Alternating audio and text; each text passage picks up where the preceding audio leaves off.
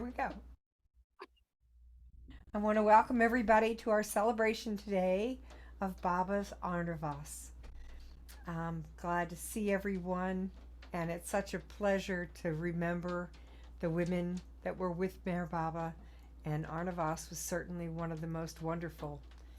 I'm going to turn it over to Karen Talbot. She's going to give us a bio, and I say Jai Baba. Jai Baba. I'm going to need a little help to start. I just want to show some pictures. And since I can't see myself, let me know if you can. Oh, here we go.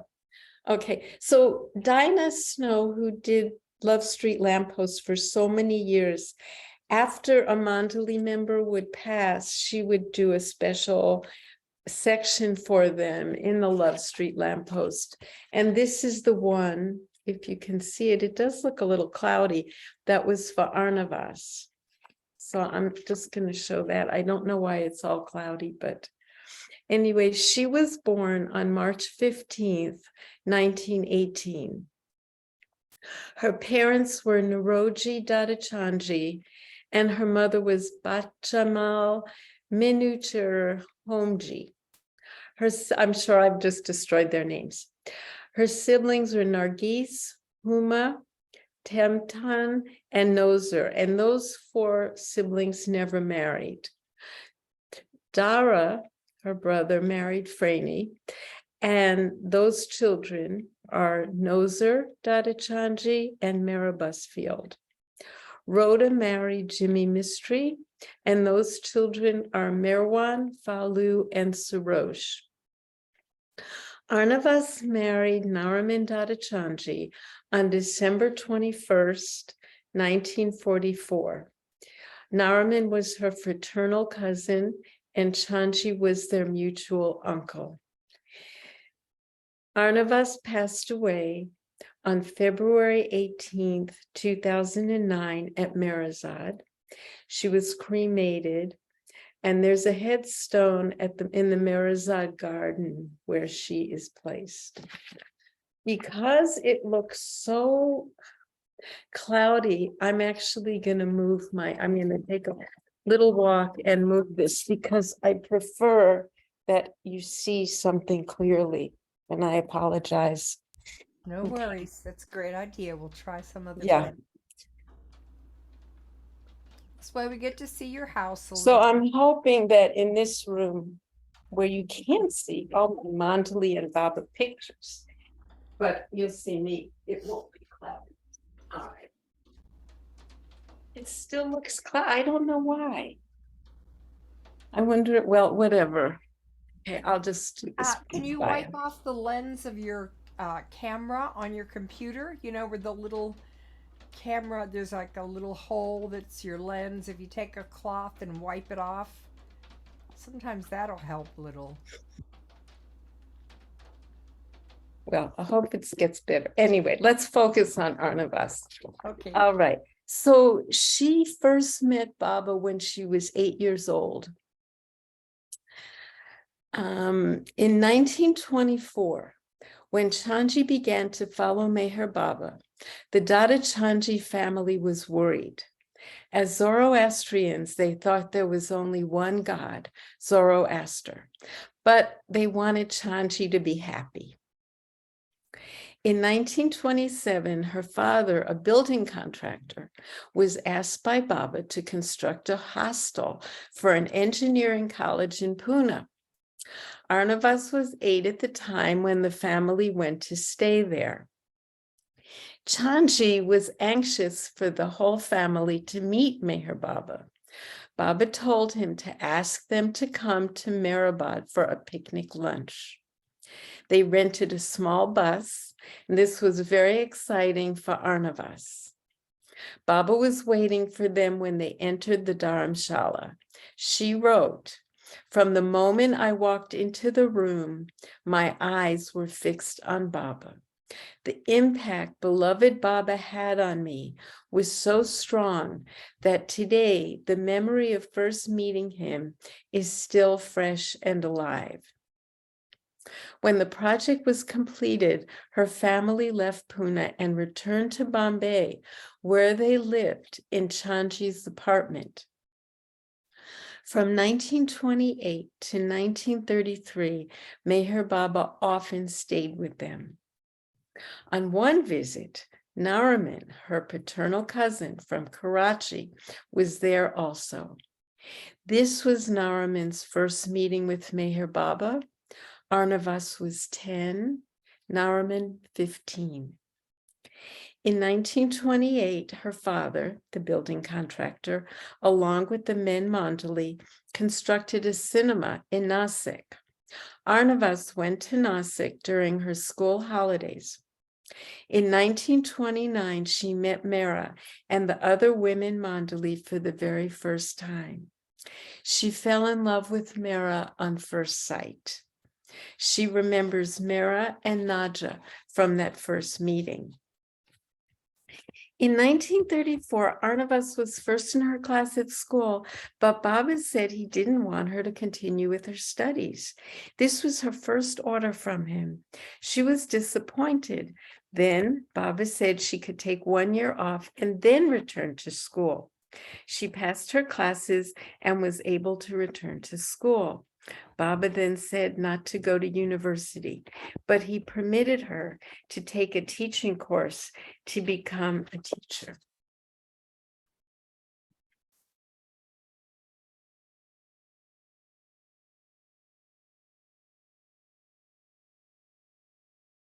Arnavaz began night classes and taught during the day.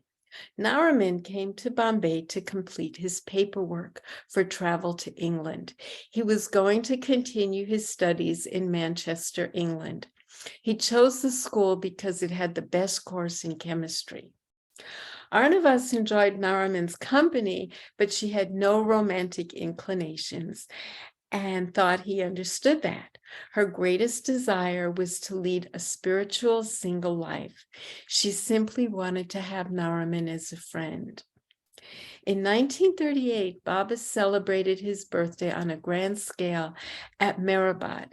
Goher and Arnavaz traveled together. This was the first time Arnavaz stayed on Mehrabad Hill with Mera and the women Mandali.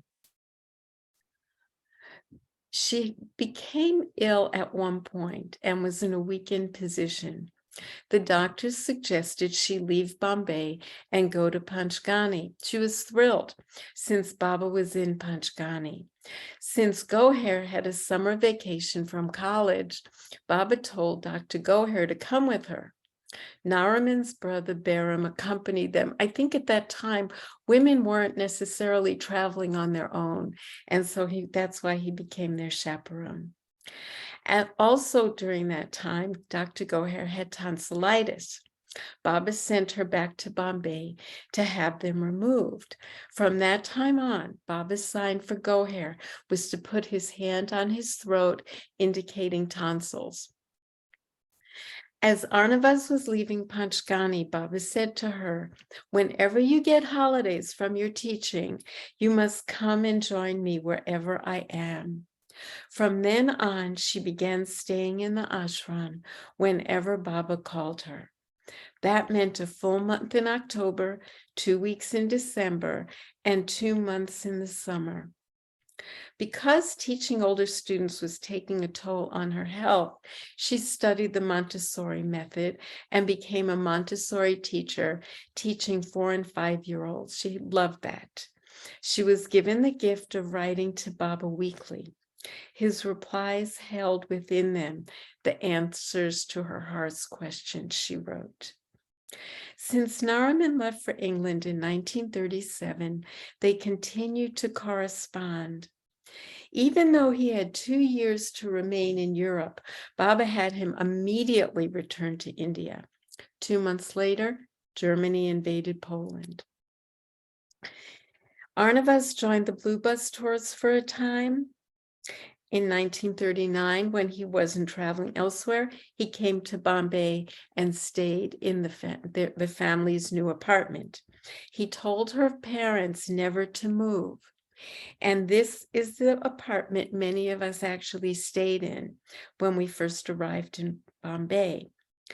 Baba didn't return to Bombay until 1947 to 1948, many years later. When Baba called her to Bangalore, he called her for a private conversation.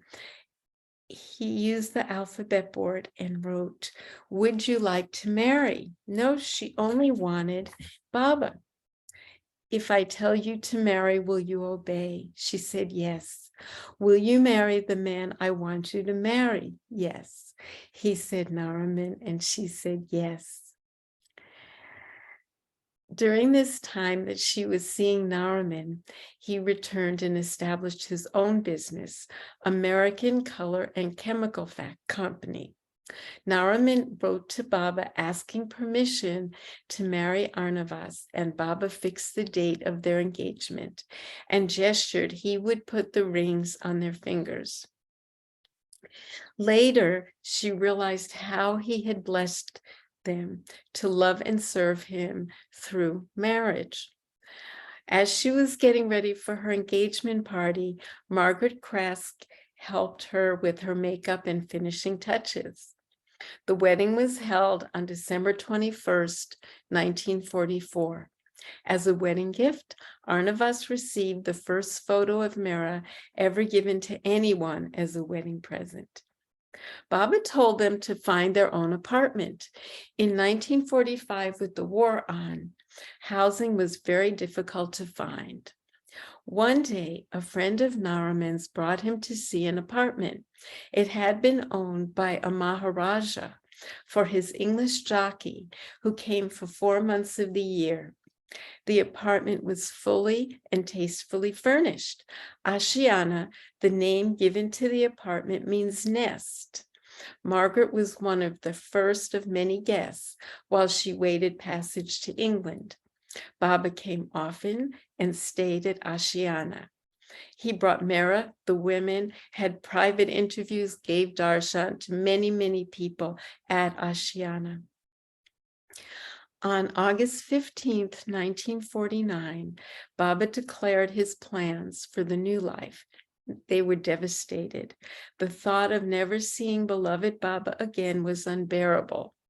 Since Baba did not want any property to remain in his name, at that time, Mirazad was transferred to Naraman's name. Along with the transfer document, Baba gave Naraman the silver locket and key from the opening of the bungalow. Nadja and Katie were sent to live with Arnavaz and Naraman. When Baba and those on the new life came to Bombay, they were allowed to bring food for them. Arnavaz and Naraman planned a trip in 1951 to Europe to see places where Baba had been. Surprisingly, Baba called them for a visit, so they hurried back to India. In 1952, when Baba made plans to go to the West, he stayed at Ashiana with them prior to his flight. The 50s were a time of much activity for Arnavaz and Naraman. Ashiana had been kept under the previous owner's name. He was living in Czechoslovakia. In 1950, he periodically sent notices for them to vacate the apartment. Legally, he could not force them out. In 1952, Naraman sent the landlord a big bouquet of flowers and a Christmas cake. So then he transferred the tenancy into their name and later came to love Baba and would come to the landing to see Baba, whether he had an invitation or not. Often Baba would tell them no one should know when he was in Bombay. Once Arnavaz had to tell her sister-in-law, no, Baba was not there, when Naraman's brother, her husband, had actually seen him in the car. Arnavaz was the first person to receive a letter written by Mira. It was the first letter Baba allowed her to write. Naraman purchased a 1952 Chevrolet from Sarosh. Baba sometimes used their 1952 Chevrolet. On December 2nd, 1956, Baba, with foreman Mandali, Erich driving, Vishnu Pendu, and Dr. Nilu, using their 1952 convertible, it swerved out of control and that was the accident. The insurance agent had been for Baba's darshan, and Naraman had been doing business with him for many years. In the end, the company gave 2 times the value of the car and paid far beyond the policy's coverage to take care of the medical expenses of Baba and the others. When Baba and the Mandali came for medical treatments in Bombay, they stayed at Ashiana. Baba gave Arnavaz, handed her a signed copy of God Speaks, or it was a copy. I'm not sure how the signature came. It's unclear to me. She immediately wrote on the inside page, "This God Speaks is given by beloved Baba." In a strictly confidential letter dated 10th January 1961, Baba requested, if Mera survives, Meher Baba, Arnavaz most of the time to stay with Mera, and now and again pay visits to Naraman. Naraman can come and again pay visits to you. 5 months after Naraman completed the sale of his business, although they kept Ashiana and periodically spent time in Bombay, they lived in Merazad most of the time from then on. Along with Dr. Goher, Arnavaz assumed responsibility for the running of Merazad since there were no Baba lovers to help and very few servants at that time. Arnavaz later wrote, "Baba has sent young people to all of us with their questions about marriage, sex, work, family, living in the world while trying to obey and please Baba." In 1965, Meher Baba sent a birthday telegram to Arnavaz. "My love and blessing to you, who are one of the brightest jewels in my divine treasury. Give my love to my dear Naraman, who holds this jewel to his heart in trust for me, Meher Baba." And Baba's name for Arnavaz was Gift of God. That's what it means. And that was the title. That is the title of her book, Gift of God. And many of the sources for what I just read are from that book, and also from Tony Zois's Meher Baba Travels. Jai Baba. Jai Baba. Can I interrupt for a second? Please. Yeah. I just looked at something. I don't know much about the Zoom thing, but if you go to the thing that says video, like it should say stop video, there's a little arrow that's pointing up. Yeah, I got it. All right, click on that. And if it's checked off on the choose virtual background, switch it to built-in sight or whatever it's called. Okay, well, I have blur my background. I'm taking that off. That's what the trouble was. Mm-hmm. But is it okay, better? All right, yeah, that's what And it now is. I have FaceTime HD camera. That's perfect. Okay, sorry about all that. No worries. I'm so glad, Ron. Thank you, Ron. Thank you, Sure. Ron. Yeah. We're all Yeah, that's better. becoming- Oh, Just- good. Yeah. I don't know how blur got on there, but now I'm glad to know. Right? But you weren't blurred. Your face was completely No, it's the good. blur of the background is what it says. It's okay. So it was good that Let's Ron- let's focus on Arnavaz. Of course. Thank you. Anyway, Ron, that was cool. All right. I have a little video, speaking of videos, that I'm going to show with Arnavaz, about Arnavaz, just to get a little visual of her before we speak about her. Here we go.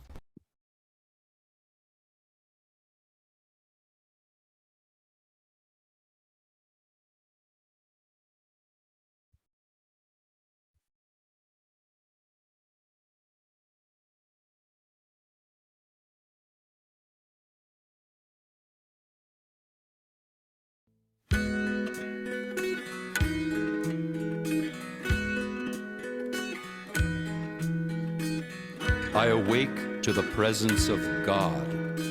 No other presence exists for me.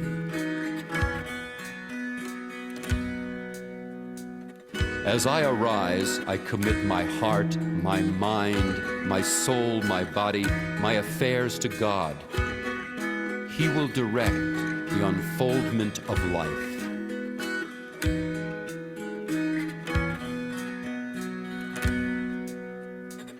Whatever I think or say or do, He will inspire. Whatever I touch or taste or smell, whatever I see or hear, He will infuse with His living presence. Together we will move in love and light and peace and joy and power, in grace and beauty. Together, in constant communion, we will attend to His affairs. I am alive with the presence of God. No other presence exists for me. Blessed are those who can rest from speech to dwell in a holy silence. Blessed are those who can rise from thought to the fullness of pure knowing. Blessed are those who, detached from deeds, can rest in their own true being.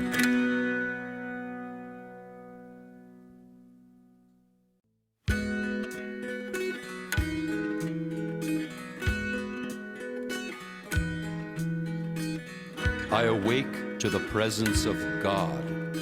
No other presence exists for me.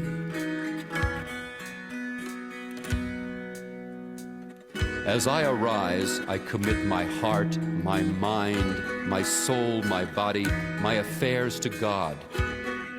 He will direct the unfoldment of life.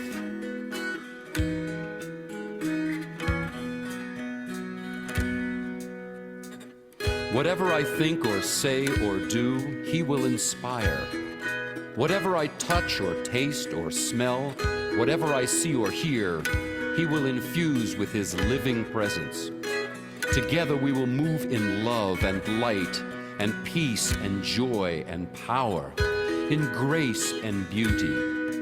Together, in constant communion, we will attend to His affairs. I am alive with the presence of God. No other presence exists for me. Blessed are those who can rest from speech to dwell in a holy silence. Blessed are those who can rise from thought to the fullness of pure knowing. Blessed are those who, detached from deeds, can rest in their own true being.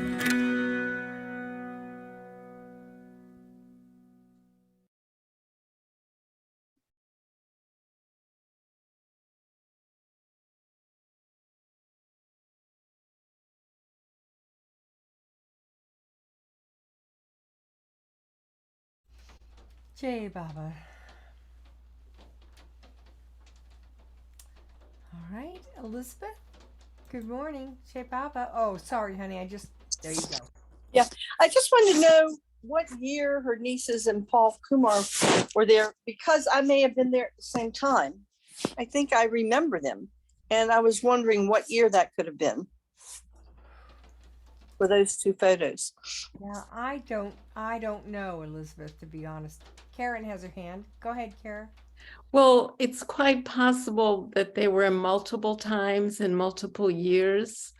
I don't know if Tony Zoyce, but most of the pictures are from his website. I don't know if there's a year with that, but I was there in, I believe, 2007 and stayed with Arnavaz at that time. And definitely the beautiful grandnieces were there singing to her. And it was a memorable moment. So it clearly would have been about that time, I believe. But again, what I would say is that I assume that they were there on many, many occasions and many, many times. Yeah, I was there in 2008, I think. Alan remembers. When did Arnavaz pass? 2009, February 18th. Mm-hmm. And I think these photos were taken later in her life. So I think you're Mhm. right. It must have been about 2007, 2008. She was in bed at that time, and so that's close. But again, the grandnieces would have been there on many times, and Paul Kumar would have been there many times. So Yeah, I think it might, that time that I sang with some people and I didn't know who they were, I think that was either December 2006 or January 2007, or 2 years prior to that. And it was when Arnavaz was in bed. She couldn't get out of bed. And Paul Kumar was there, I think, during that time when I was there, but he was working on a film, I think. Okay. Jai Baba. Jai Baba.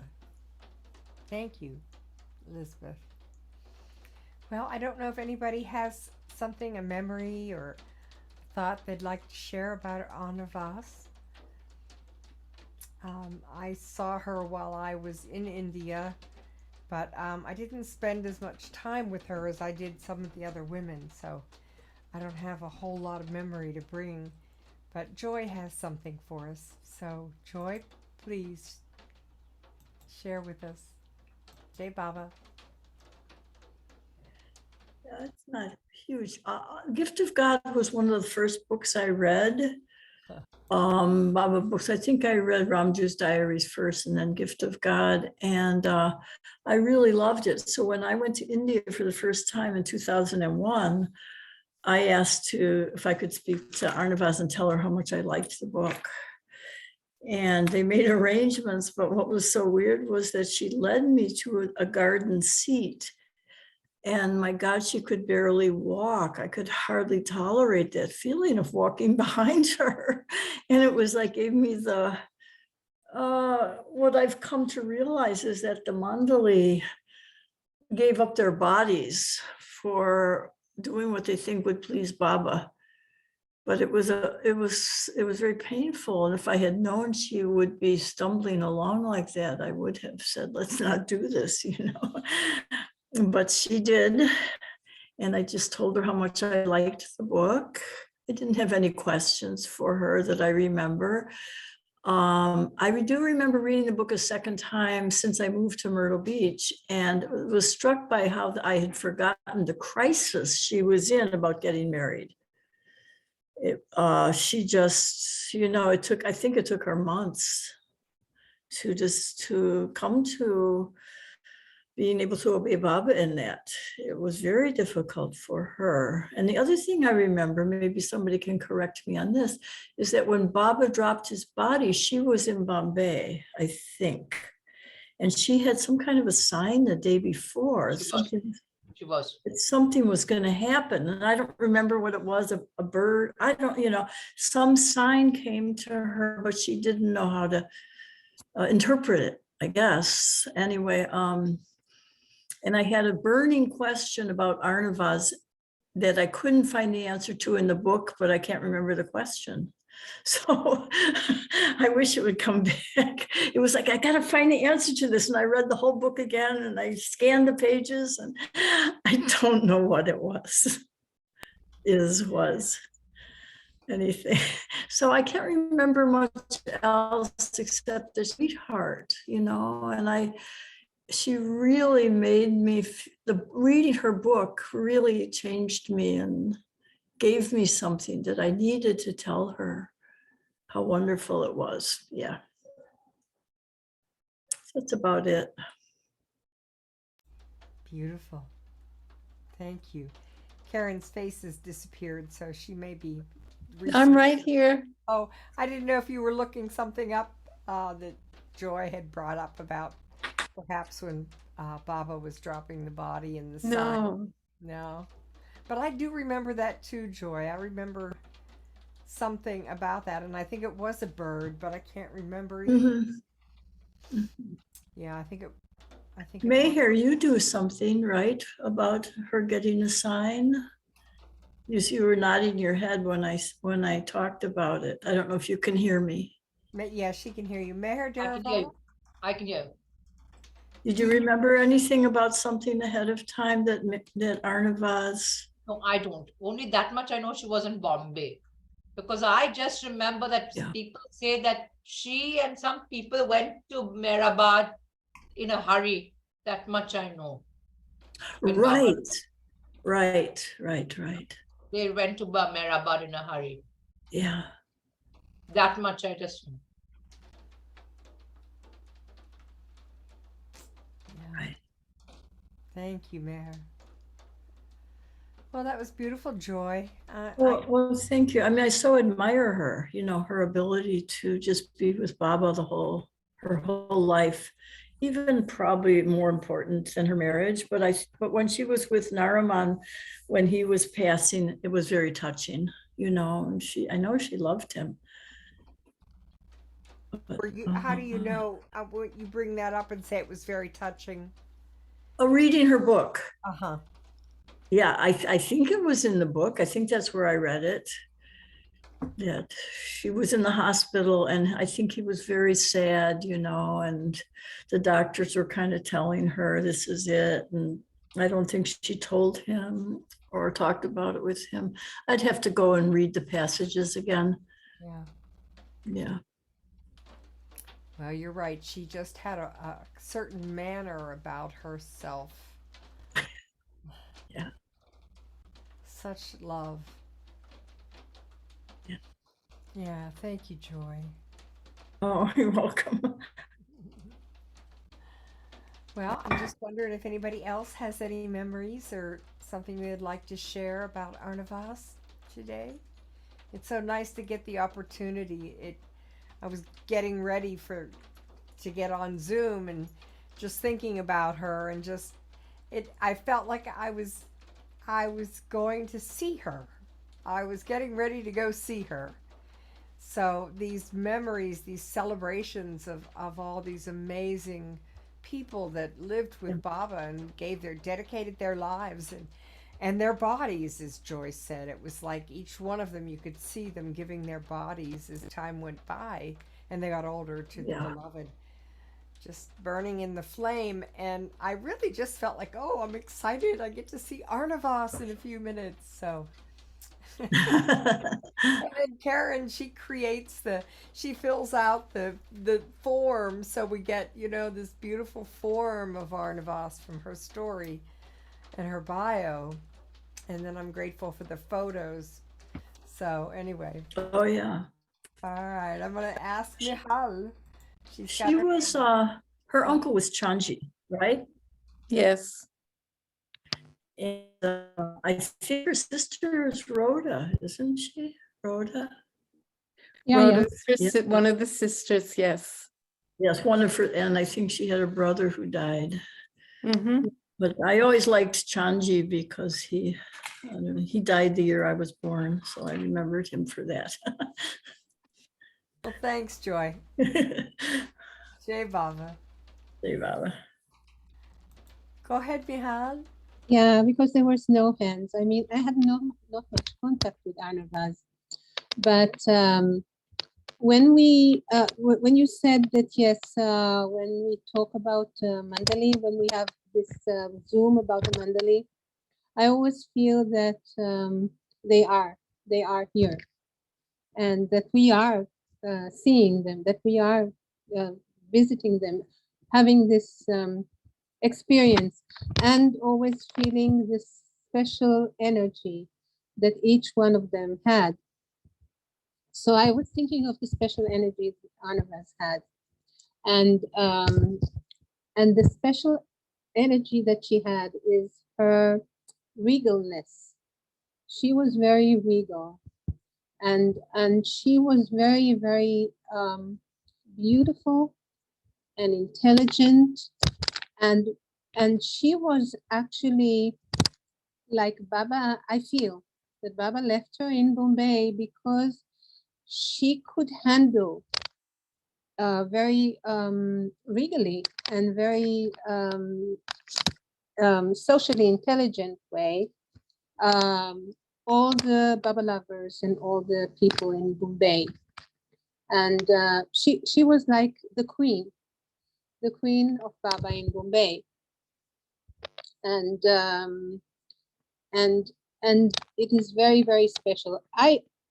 personally, I always felt that she married Baba. Because he put the rings on their fingers. And of course, you know, I know that all these men who wanted to marry Baba, like Adi Irani, and you know, they were jealous about him, and all of them actually fell in love with him. So it's not surprising that all these hearts were Baba's, and of course Nariman and Arnavaz. And the way she took care of Mera, and the way they took care of Baba, the way they took care of Baba, like wrapping him when he came to Bombay and really taking care of him. And also she did the same to Mera when Baba passed away. So you can see that in the photos when she's looking worried, you know, she's very aware of what is happening to Mera and looking at her, and her sheer beauty, she had, I don't think she was so beautiful outside really as she was so beautiful inside, that it was coming out of her and shining out of her, that you could not see her not as a beautiful woman. And her sister, she when I saw her first time, Rhoda, I thought it was Mera, because she was so alike Mera to me in my eyes. So her face looked so much like Mera that when I saw her the first time in Mehrabad, actually, when she came with Jimmy Mistry, her husband, then she looked to me to be Mera until I saw Mera. And it is interesting because it is Falu, who is now the chairman of the trust, and a very beautiful soul, and the son of Rhoda and Jimmy Mistry. And he was all these years the caretaker of Merazad. So after Arnavaz and her husband Nariman, then he was the one who really took care of everything there. And after the Mandali, of course, passed away. So, and now it's very, very nice for me to think that he is he's the chairman, because he's such a clean-hearted being. So this family, Baba really loved them. From the father and the mother and the children and Dadachanji himself and the sons. So it is a very beautiful line of souls that are in Baba's fold. So yes, also me, when I read Gift of God, I was very impressed, because until that time that she published this book, then all the sort of difficult things happening with Baba were not spoken or put out, except by Bauji. So when she wrote her book so transparently, so touchingly, it was a real experience to feel how it truly was, with all the heartaches, with all the breakdowns, with all the beautiful love. So thank you, Arnavaz. Her spirit is here. She's listening. She's here. And Jai Baba to you, Arnavaz. I didn't have much contact with you when you were in the body, but you see us all. You see our hearts and our love to Baba. Jai Baba. Jai Baba, Michal. Beautiful. You're absolutely right. That's... Oh, I'm sorry. Ron, I just muted you and you had unmuted yourself. Go ahead, sweet. Sure. I have to second the idea that Arnavaz, who I didn't ever really talk to, although I know many people had tremendous benefits from taking advice from her and just being supported in their life in the world with Baba. She served so many people, and in a sense, what I'll get to is that she did that for me, but not directly. I'll explain that. But you know, her smile is what I noticed when I was in India. I can't remember if it was in 73. I think it's 73. She was just moving to Merazad, if I'm not mistaken. I remember she was just making a transition from being part of the time in Merazad, and also Nariman had just passed away. So it was a transitional time, and perhaps in 79 was a huge time when I was there around Amartiti time. So I would always see her, and I loved seeing her because that smiling face was just one of the most tremendous things to gaze upon. But I did have a connection where I got something from her that turned out to be quite useful. And that's when my wife was in India, Lisa. She had a time where she got a chance to talk with Arnavaz, and Arnavaz turned her on to a book. She recommended a book to Lisa, and when she returned, she told me about the book, and I got a copy of it and read it, and it had a tremendous impact. It still has an impact, really. And that book is Dale Carnegie's book, How to Win Friends and Influence People. Tremendous amount of wisdom and advice in there that is worth giving it a try. I mean, experimenting with in life. And she offered that up, and I got a benefit from it in that manner. And I also love hearing the stories of people who whenever they went there, I've heard people say they always gravitated to her or made a point to see her and hang out with her because she was so important in their life. So I guess you can't necessarily be personally connected with all the Mandalay. I don't know that if anybody ever had that. There were certain ones that I hung out with, so to speak. Even though the first few times I went there, I was pretty shy, so I didn't necessarily make a good enough effort. But Baba saw to it, and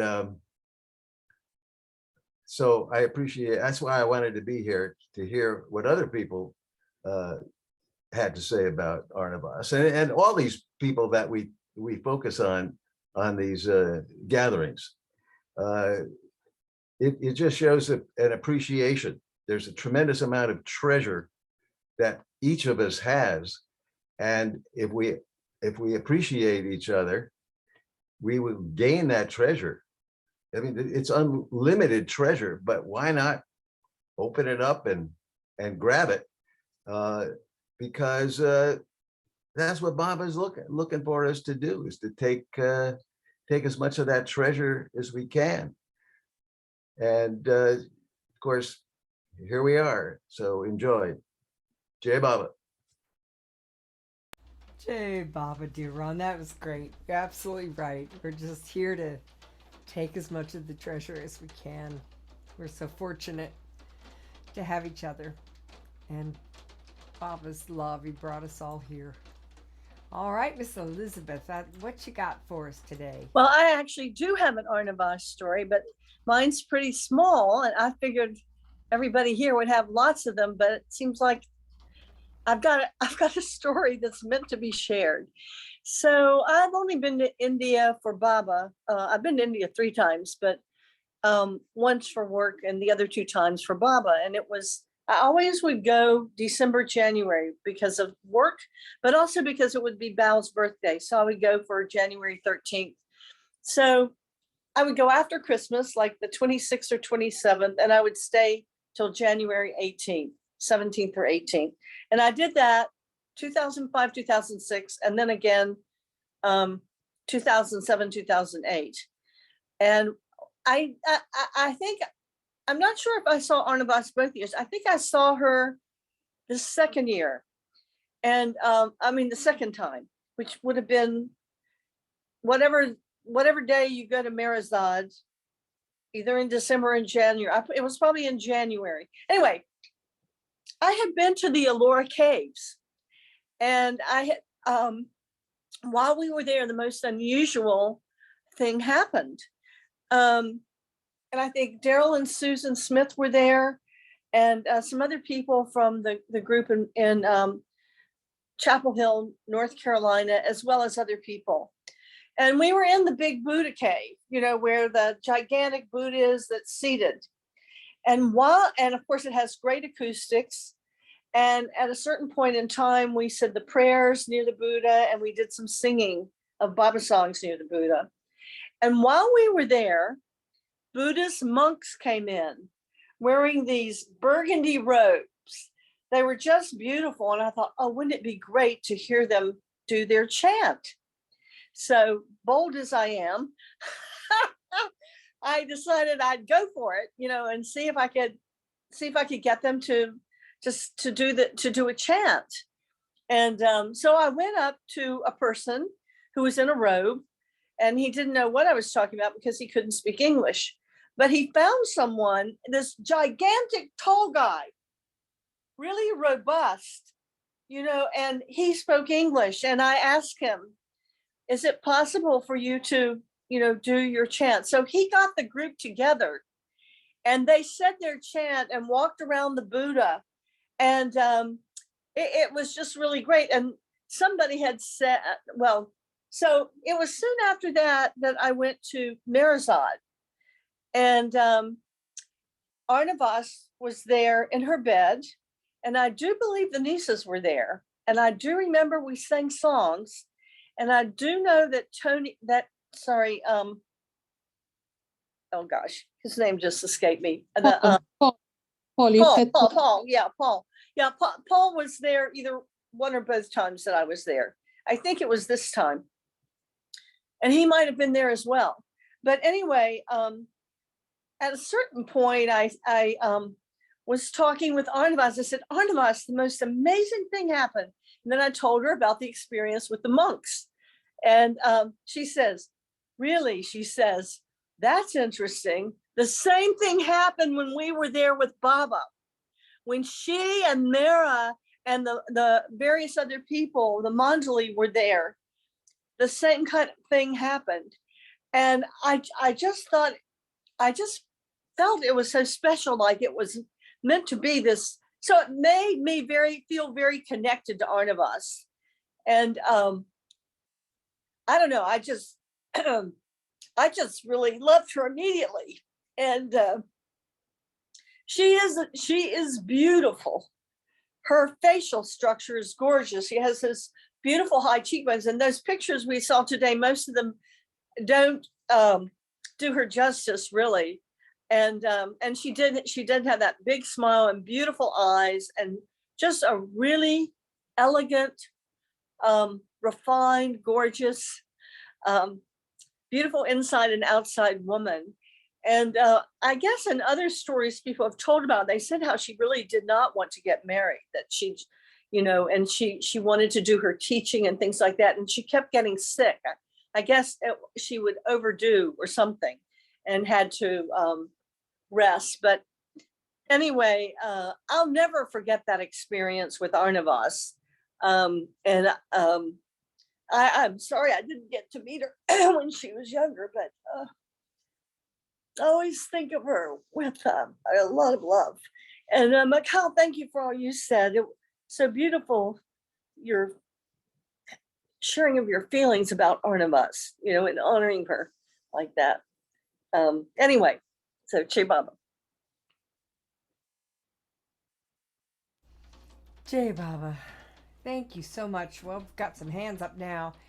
Karen, I know you had some stories. Would you like to share next? And we'll get back to Joy after you. Okay, thank you very much. Okay, I have some stories. And yes, I did see Arnavaz many, many times over many trips. One year, this had to do with my work, and I was going through a lot. I was sending emails back and forth, and we had no conversation. And she came up to me, knew nothing about any of this, and said, "Leave no stone unturned." And I have remembered that since that time, because that's how the Mandali would have dealt with issues, leaving no stone unturned.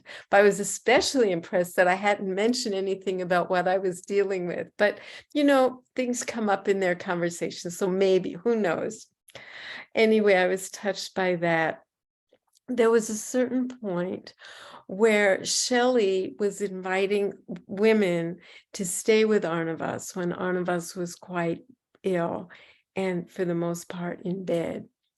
The first year I was invited, someone else was ahead of me, so I didn't get to do it then. The second time would have been 2007, December, I believe. And it was 2008, but anyway, I think it was 2007. Anyway, Sandy Lyons, who recently passed, was someone who was there quite a lot. And when Sandy would go away, I think she was going to Goa, then Shelley would give us some of us opportunities. And my dear friend Louise Barry had done this, I think, on twice.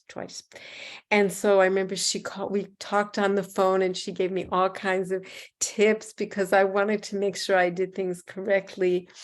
And so then I got to go, but I didn't know whether it would be okay because they never knew if she was strong enough and if it would be Shelley that would be there. So the first time during my December trip, I was able to stay for 3 or 4 days, probably 3 days. And it was a delight. It was such a gift to be with her. I mean, she was always so beautiful, and she remained that way. Even though she was suffering and it was so close to the end for her. The second time was really questionable, and it was during the same trip because she had gone further along, but I was still able to go and I was able to be there. During one of those times, and this answers Elizabeth's question, that's when Gulrukh and Meher were there singing for her, and it was the most beautiful sight because she had her hands on their heads. It was like I believe it was so touching. Cindy Lowe was there as well, playing her guitar, and it was just very, very special to be there and very beautiful. So it probably was a similar time to what Alexandra said. Elizabeth said. She was there in January, and this would have been in December. So that always remains a very special time for me. In the evenings, we would pick out, we'd pick out either a Baba film to look at, or also just a video in her room. And she liked musicals. If I remember correctly, we would watch musicals at night. And then, so a special time. We came back a year later. And a year later, there was a dedication. I believe her headstone was being placed, but there was a dedication to that. And we weren't there, so we were invited. There had been many other women, but they weren't there. Barbara Katzenberg was the woman who was there when Arnavaz actually passed. So there was a program. There weren't very many people. It was whoever was living, the women, the remaining women, Mandali, and the women that were living at Merazad. And I believe at that time, Sarosh was there with Maruk, who's the parents of the great nieces, and related, obviously. Sarosh was one of Rhoda's sons, so Arnavaz's nephew, and they were there as well. That year they had, anyway, so those were people that were there. It was a small group, so we were really honored to be there. And at the very end, when Earth was being put into where the headstone would be, Devana came. And Devana, well, Devana was there, and she had a bunch of flowers, and she would have us put flowers in for each of the women that were granted the opportunity to be there with Arnavaz during those last times and those last years. So I wanted to share that. When I was there, one of my memories was, many of you know Mara Bloom, and she was there as well the second time I was there with Arnavaz. And she was so much younger, and she was so comfortable with Arnavaz. She was a sheer delight. She kept giving her these liqueur chocolates, and they were just having the best time. So that's another memory I have. And I think that's it. And would like to hear other people. Jai Baba, thank you for giving me the opportunity. Oh, thank you, honey. That was beautiful. I didn't realize you had that time with Mhm. Arnavaz. Yeah. Very special. Oh my God. I imagine so. Just getting to sit in her presence. and Well, I think enjoy I had a music. call. I lost my voice. I think there was a lot of dust in the air, and Yeah. I was so afraid to cough or sneeze because they would say that I couldn't come because I couldn't give her any germs. So I actually went to see Dr. Ann, who checked my throat out, and she said, no, everything looks fine. So I was able to go. But if I was in the room with her, I would like rush outside to cough or whatever, and then hurry back in. I love it. India. Yeah. Joy, did you have something?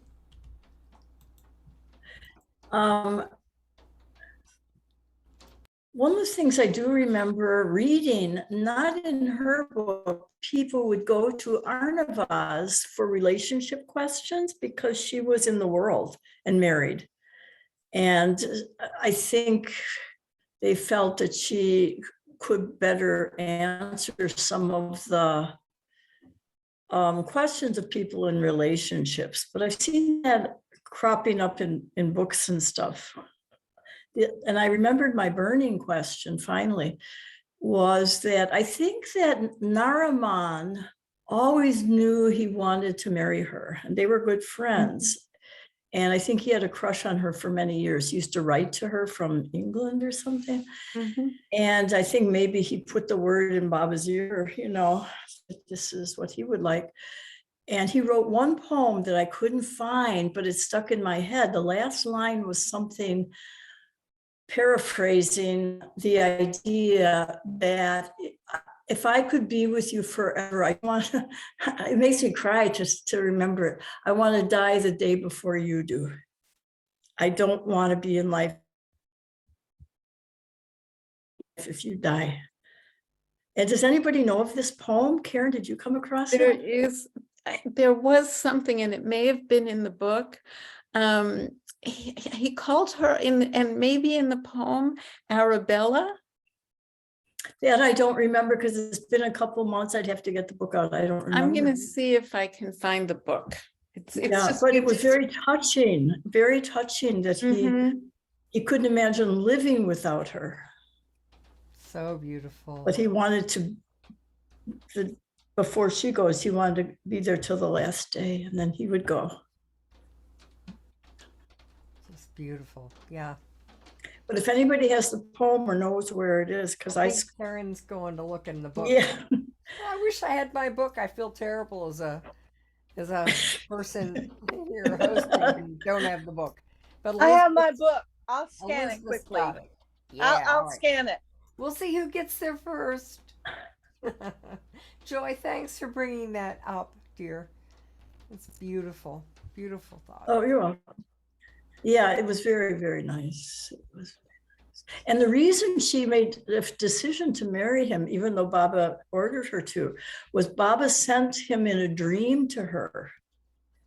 And she could smell his fragrance. And that hooked her into saying yes. If anybody can smell that good. And that's been my standard lately of who I'm gonna be with. If anybody, I'd like that to happen, like it happened with Arnavaz. Boy, you have a great recall. No, I really don't. I have short-term Well, memory loss. you've read the book twice. Yeah, but he Yeah. also was wearing a very nicely tailored shirt, and she was so impressed with his ability to be a good dresser or something. You know, he just looked so beautiful and smelled so beautiful. Oh, beautiful, Joy. Thank you. I think Mihal has something for us while people are looking for the poem. Let me know when you get the poem. I got the poem. Oh, Mihal, you want to wait a Let minute? Mahal go first. Well, She Mihal, can go. she already muted herself again. So Okay. if you want to read it, that'll be great. All right. Well, I just found it. So I'm going to read a little bit before it to put it in context. As I was beginning my training, Nariman returned to Bombay from Karachi, as it would take him several months to arrange all the remaining details for his journey to England in September. And I was grateful for his companionship. Then, when it was just about time for him to leave for Manchester, he gave me some poems that he had been writing. In one, he spoke beautifully of love. Love is of the soul. Youth and beauty are the bridge of love, and the soul is the stream itself that washes shore and shore. In another, he confessed that I was the object of his love. Oh, Arnabella, I can half perceive that I may speak my grief unto thy ear. If thou didst ever anything believe not how fondly I love thee, dear. I'm going to read a little bit more. Nariman also showed me the journal in which he kept his writing, and in one place he had written, "My love for this one is pure and simple. All I want now is a small quiet corner in her heart where I can dwell peacefully till the last breath leaves this mortal frame." He had even dedicated the journal to me.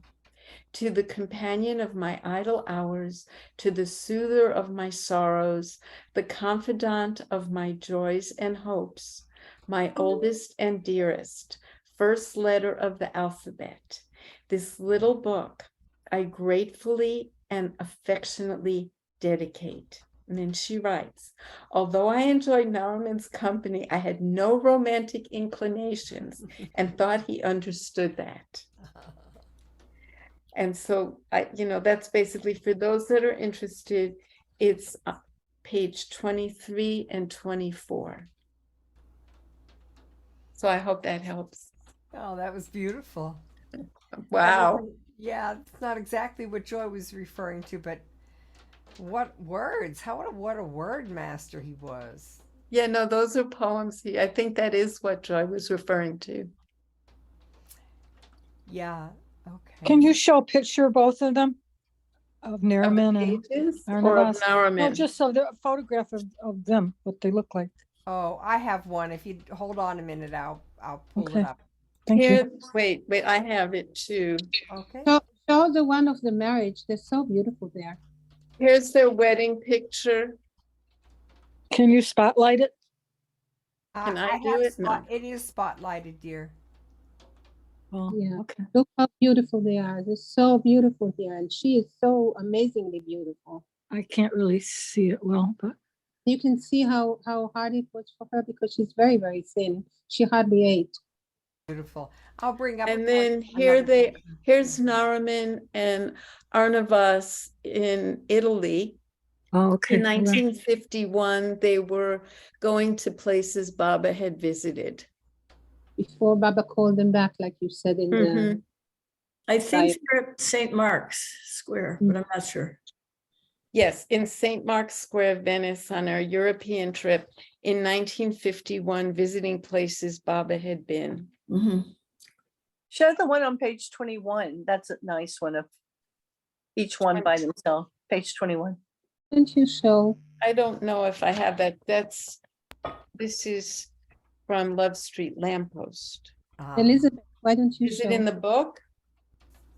Just want to hold it That's- up, Elizabeth. I'm and I'll holding it up. spotlight that. Oh, Hold on. good, good. Hold on. Oh, here they are. Yeah. Yeah, that was Isn't also, she gorgeous? Oh, yeah. She's Oh. 18 there. And Nariman took that picture. Can you email me a picture of that? you, So I can maybe draw it? Yeah. You can actually pull it up on Marababa Travels. Oh, okay. I found that website today. It's Yeah. funny. Yeah. That's But great. you And then can- just type in Arnavaz's name and it'll bring it right up. Oh, okay. Yeah. But you can also look at the video that Lucy made, because it's beautiful with a lot of pictures and very, very nice Thank you, dear. I poem. think I missed the first 10 minutes or so. But Yeah. it's It'll be Thanks. recorded. yeah, Okay. it's you can look. Did you have something you wanted to share, dear? Yeah, if I remember right, the breakdown, if I remember right from the book, which I read a long time ago, but I think I remember right. She had a breakdown when Baba told her not to study anymore. And she was very, very sick. And that's when he called her that's when she went to Mahabaleshwar. And I think Baba just put her, he was working on her, because Baba was there in Mahabaleshwar when she went there at that time. And the same thing happened in the transition when he asked her to marry, and she didn't want to marry because she wanted to be with Baba, of course. But she, of course, would obey. I mean, there was no question that she would obey him 100%. Whatever he said, if he told her to jump off a hill, off a mountain, then she would do that. She was very, very much dedicated to him and fully. So if I remember right, it's not only Baba who put the ring on their finger. So I think, if I'm not mistaken, she was wearing a sari in her wedding that Mara was given. Maybe she bought a sari for Mara, and Baba told Mara to wear it and then to give it to Arnavaz. So I don't remember exactly. Yeah, Elizabeth is saying yes. Is that in the book? So I think she was actually all like Mara. She was Baba's Mara. Like that's what I felt about her. That's what I personally felt about her. She was like another Mara of Baba.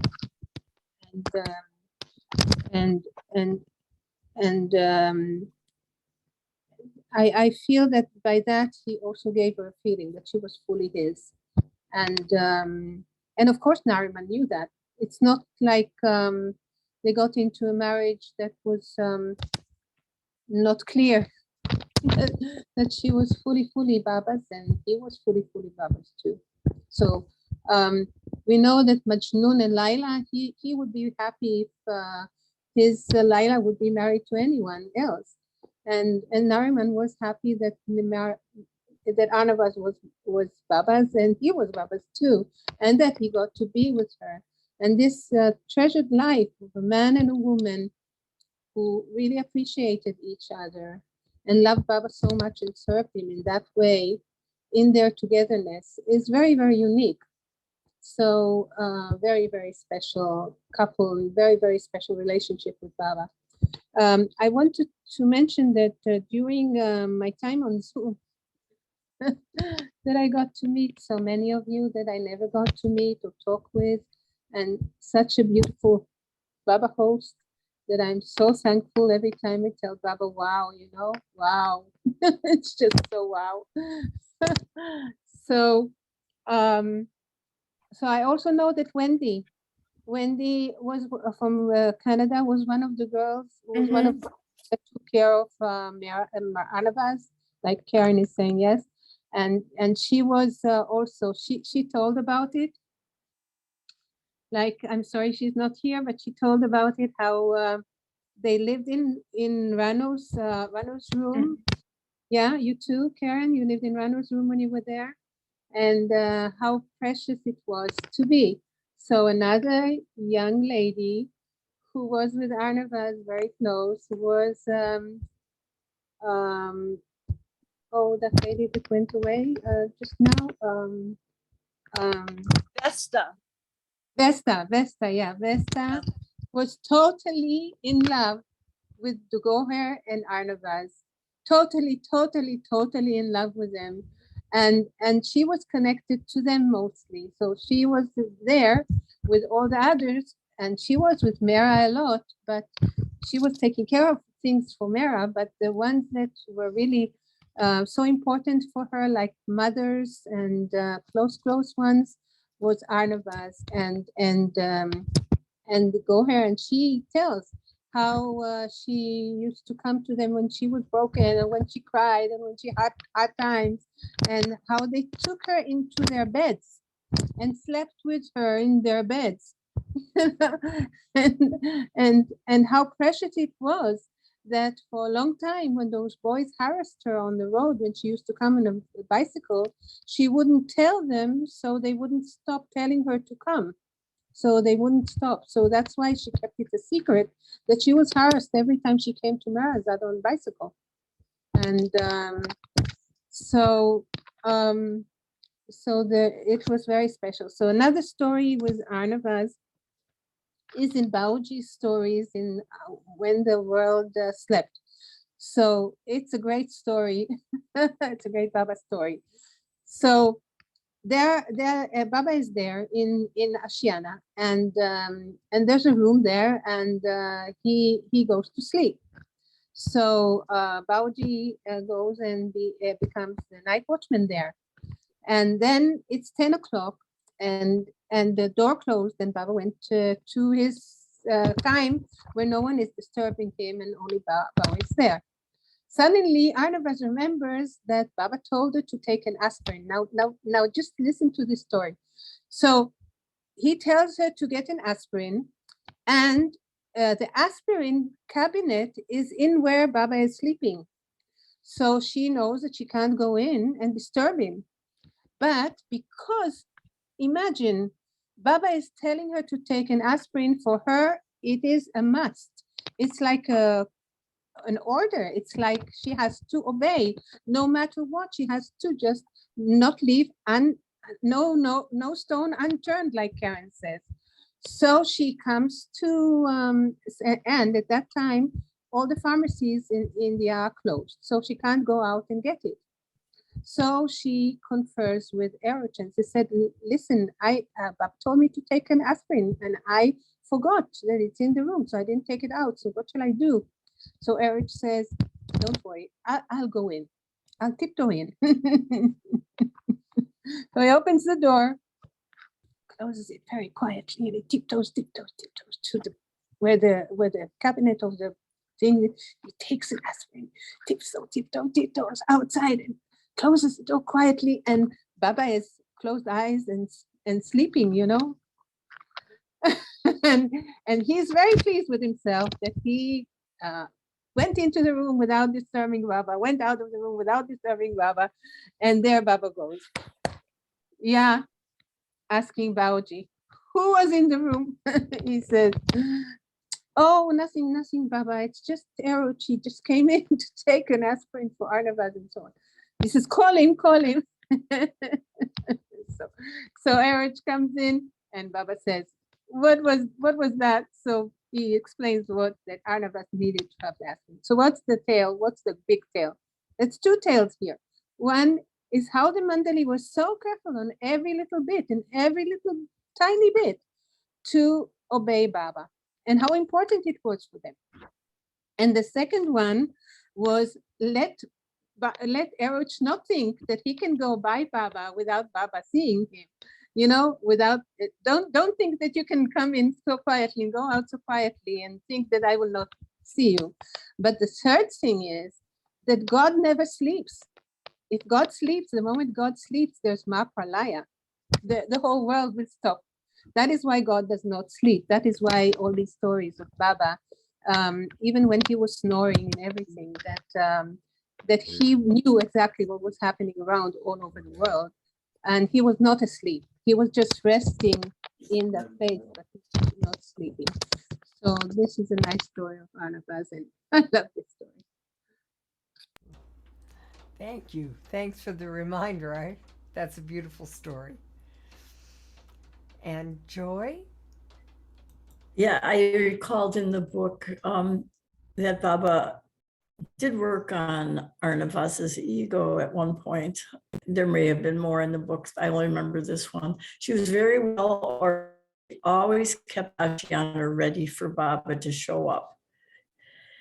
So she knew a couple of weeks ahead of time, I think, and she had this big long list. Everything was ready, and Baba came and knocked on the door, rang the doorbell or whatever. She had forgotten to get the bottled water. And as soon as Baba walks in, the first thing he says is, "I'm so thirsty. I want some of the special water that you always get." And she was just like, you know, it really just did her in, I think, for that moment anyway. And they probably scurried out to the store, but he knows everything, you know, and she thought she had covered all her bases. And he made a big point of she missed it on this one. I thought that was funny. Yeah, that's pretty cool. Thank you, Joy. You're welcome. Jay Baba. Now, does anybody else have any memories of Arnavaz or something they'd like to share? If not, we'll take a moment of silence together. All right. Jay Baba, let's have a moment of silence.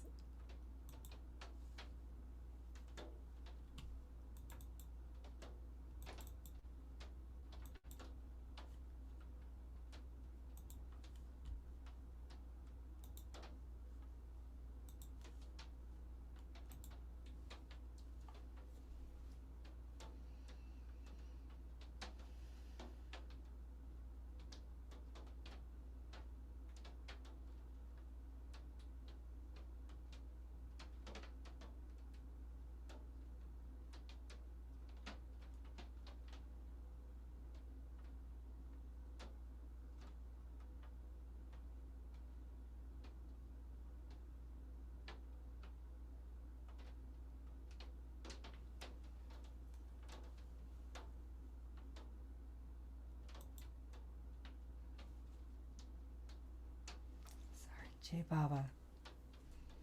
I just wanted to point out that some people had talked about the site of Meher Baba Travels, and there are some beautiful pictures there. So I'm just doing a quick screen share of some beautiful photos of Arnavaz. That's a beauty. Yeah, on that site. And there are a few more down here that bring back to memory this small one down here of her with blue on. Just is such a great memory of that smile that Ron was referring to. She just shined. These are some photos of when she was a young girl, 18. And here's one I think about that, or a little bit older. And the wedding picture that already has been shown. That's beautiful. Yeah. I think this looks kind of cool. I like this one too. And there they are, as been seen in Europe, and of course the women all together. Probably could bring this screen up a little bigger.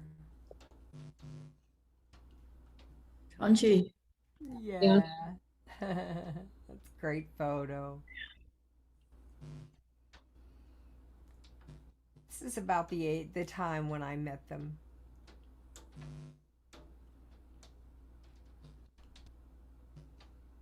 Oh, look at Mara.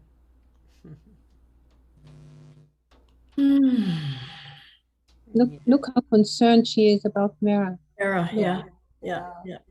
That's so precious. Yeah. Beautiful. Yeah.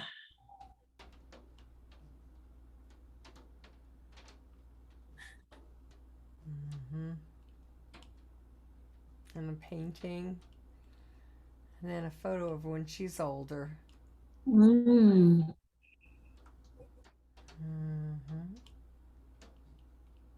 That's a beauty too. Mm-hmm. Mhm. Sorry, going crazy here. Yeah.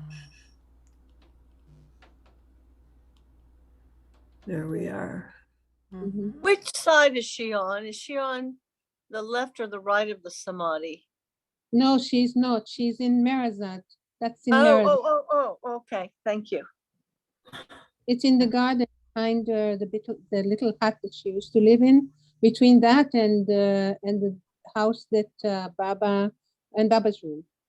Uh-huh. Mm. She used to be in the same garden, but a bit more to the little house. And I just wanted to also alert you that there are apparently 2 wonderful videos on YouTube, but you can access them from this site about her life. Mm-hmm. Mihal, did Arnavaz get married at Merazad because they originally owned that property? They did not own the property. The property was after the new life. It was given when Baba went to the new life. Then Mehrabad was given to someone. Someone took the responsibility, the monetary responsibility of Merazad, and So someone why took was she buried there? because they took care of Merazad. They took care of Merazad, and I guess that also they monetarily. Mm. That's a Ron. That's a very beautiful picture. That's a beautiful photo, Ron. Thank you, Ron. Yeah, this photo is right next to a collection of like antique teacups and saucers, and we have photos of the women Mandali drinking tea around it. Oh, that's a fantastic This is one photograph. of them. That's a very Where is that one? What's that? Where is she located? Where was it taken? I don't know. Yeah, Merazad probably. probably. That's beautiful. That's the smile I recall. Yes. That's the one. What I also like about the Mandali is how they were taken care of till the very last breath. How Baba took care that they would be taken care of, all of them, until their last breath, with people that loved them and in their homes and in their beds, and Yes, except for very few. Baba provided. Well, let's take a Kijay then together. Avatar Meher Baba. Kijay. Avatar Meher Baba. Kijay. Avatar Meher Baba. Kijay. Thank you, everyone. Thank you, Lucy, and thank you, Karen. Karen too. I wanted to share this beautiful photo I just got of Baba when he was a